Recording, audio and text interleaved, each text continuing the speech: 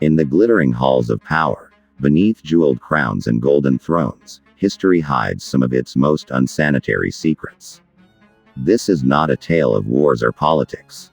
This is the tale of royal rot, of kings and queens who lived in unimaginable luxury but avoided something as basic as bathing. The first in this odorous lineup is none other than Louis XIV, the Sun King of France. Known for his extravagant tastes, grand architecture, and absolute monarchy, Louis ruled from the Palace of Versailles, a masterpiece of mirrors and opulence. But beneath the marble floors and chandeliers lurked an unbearable stench. Louis reportedly bathed only twice in his entire reign. His doctors, echoing the pseudoscience of the time, warned him that bathing opened the pores and allowed disease to enter. So, the king avoided water and instead embraced perfume. Heavy, choking perfume that mixed with his natural odor and created a scent that was legendary for all the wrong reasons. Visitors to Versailles described the air as thick with decay. Servants fainted in the presence of the king. Guests gagged discreetly, but no one dared question the Sun King. To hide his smell, Louis wore layers upon layers of clothing designed not for comfort but for concealment. They trapped sweat, dirt, and dead skin, forming a portable ecosystem of rot. Sores opened on his skin and rarely healed. And yet, he ruled with divine right, glowing with power, and a smell that could knock out a horse. Crossing from France to Russia, we meet another titan of history, Peter the Great. The man who dragged Russia into modernity was himself a man of primitive habits. Peter was brilliant, brutal, and disgustingly dirty. He wore the same clothes for weeks, even after fighting battles, performing surgeries, or binging on vodka. His beard was matted with grease, his nails blackened with filth. Diplomats visiting him often returned home sick, not with disease, but from sheer disgust. One fainted during an audience because of Peter's overwhelming stench. He was the living embodiment of contradiction, a ruler who introduced Western customs but couldn't embrace basic hygiene. His courtiers, desperate to please him, copied his habits. Cleanliness was viewed with suspicion. The Russian court became a swamp of sweat and filth, held together by vodka and fear. Peter built a new Russia with his bare hands, but never washed them.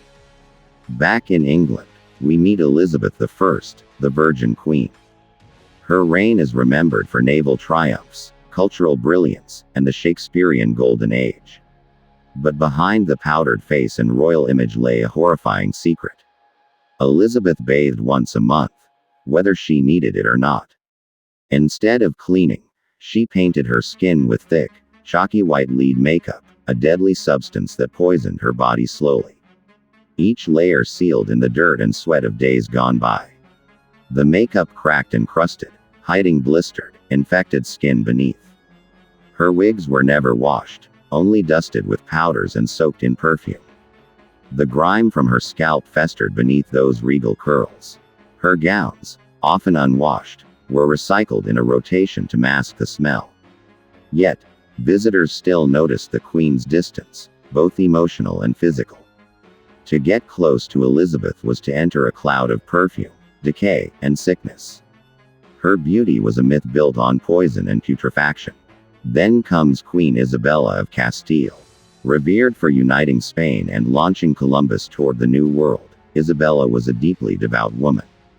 And in her devotion, she saw bathing as sinful. She bathed only twice in her entire life, once at birth and once before her wedding. That's it. Doctors of the time believed water opened the soul to corruption. Isabella took this to heart. Her clothing was more than fashion. It was armor.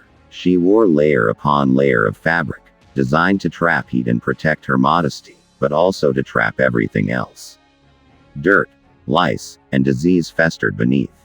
Her garments were only removed when they began to fall apart. Servants would burn incense around her just to tolerate the smell. Her holiness, wrapped in cloth and faith, stank so badly that foreign ambassadors reported being unable to eat for hours after being in her presence. The Queen of Purity was, in truth, the Queen of Putrefaction. As we move to the British Isles, another royal joins our unwashed pantheon. King James VI of Scotland, who also became James I of England.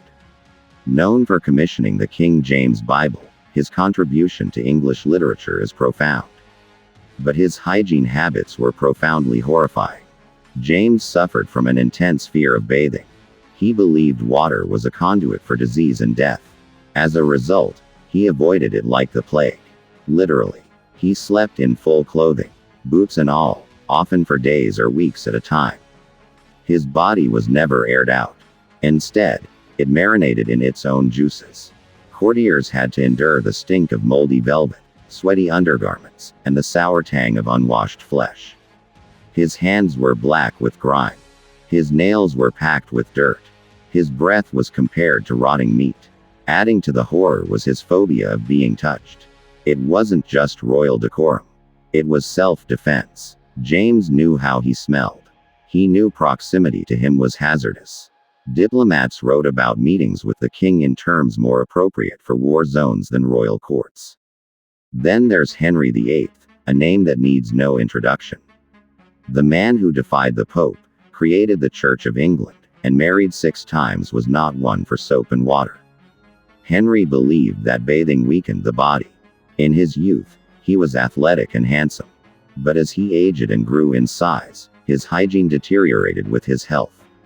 He developed leg ulcers, painful, pus-filled wounds that never fully healed. Doctors would bandage them, but the smell was unbearable. The royal bedchamber reeked of infection. His courtiers gagged quietly. His beard, once a symbol of masculinity, became a catchment area for food, drink, and decay. He rarely washed it. Instead, he wiped it with a cloth and doused it with perfume. Layers of clothing, from silks to furs, covered his bloated frame and sealed in the sweat and sickness. His palaces were luxurious but unsanitary. Straw on the floors soaked up spills, feces, and vomit, becoming breeding grounds for disease. Henry's physical presence was not just intimidating, it was nauseating. Crossing into the 19th century, we meet Empress Elizabeth of Austria, known as Sisi. A symbol of grace, elegance, and aristocratic beauty, Sisi was worshipped across Europe. Her beauty routine was legendary. She spent 3 hours each day brushing her hair. She maintained an impossibly tiny waist with dangerous corsets. She rode horses with the poise of a queen and the skill of a soldier. Yet, despite all this effort, she rarely bathed. Like others on this list, Sisi believed that water weakened the body. She avoided full immersion in baths for fear of losing her vitality. Her skin was anointed with oils and perfumes, but beneath the lotions, grime accumulated. Her dresses, delicate and tight, were rarely washed. They soaked up sweat and body oils. Though her hair shimmered like spun gold, it too became a repository for dust and dirt. Sisi was a paradox. A woman obsessed with beauty, yet afraid of cleansing. Her legend lives on in portraits, but her hygiene is a chapter rarely mentioned. These royals lived in palaces of gold, yet were prisoners of filth. Their fears, superstitions, and egos created environments where decay thrived. They ruled empires, changed history, and shaped cultures. But they also stank.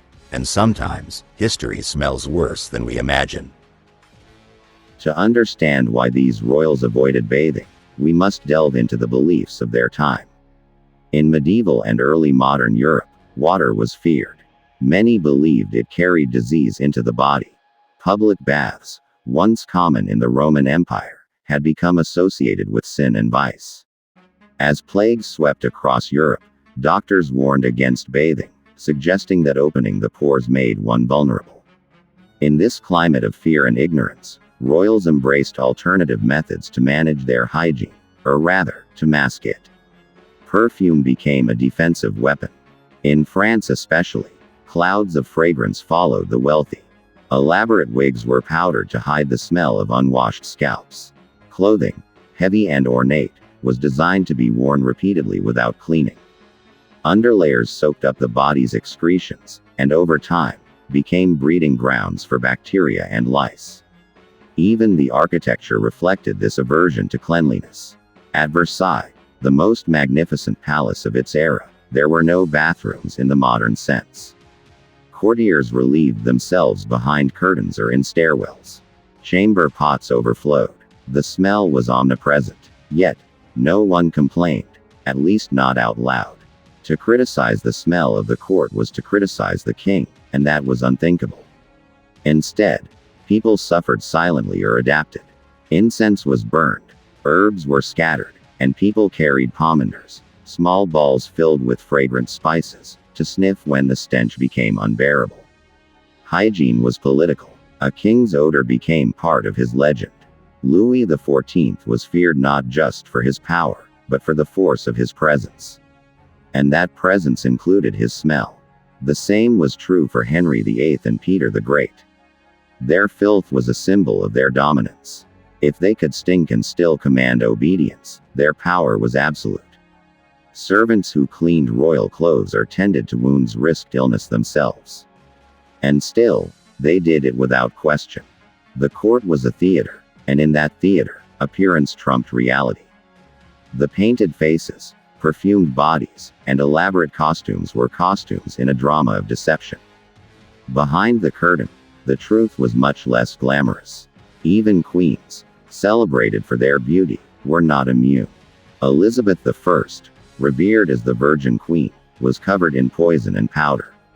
Sisi, the fairy tale empress, feared water more than death. Isabella, the Catholic monarch, saw cleanliness as a sin. These women shaped nations and defied expectations. But they did so with bodies decaying beneath the gowns. Their legacies are written in books and stone, but their smells are whispered in the dark corners of history. The history of unwashed royals is more than just a collection of grotesque anecdotes. It's a window into how beliefs, superstitions, and power intersected in pre-modern societies. These rulers didn't just avoid baths out of laziness. They feared them. They believed in the science of their day, flawed as it was. And because they were at the top, no one dared correct them. Their bad habits became court traditions. Their phobias became cultural norms. And their filth became legend. Today, we take hygiene for granted. Clean water, soap, and medicine have changed our understanding of health. But history reminds us that progress is not always linear. Even the most powerful people in the world can be prisoners of ignorance. The Sun King shone brightly, but his body rotted. The Virgin Queen ruled wisely, but poisoned herself daily. The Empress of Austria rode like a goddess, but feared a bath like the plague. Their contradictions make them human. Their flaws make them fascinating. So next time you step into a hot shower, remember the kings and queens who came before you. Remember the court of Versailles, where gold sparkled and the floor reeked of urine. Remember Peter the Great, performing surgery in the same shirt he wore in battle. Remember Elizabeth I, painting lead onto her skin while sores bloomed beneath. These were the rulers of the world. Untouchable, revered, and unbelievably smelly. And trust me, this is only the beginning. History is full of secrets that don't just shock the mind. They assault the nose.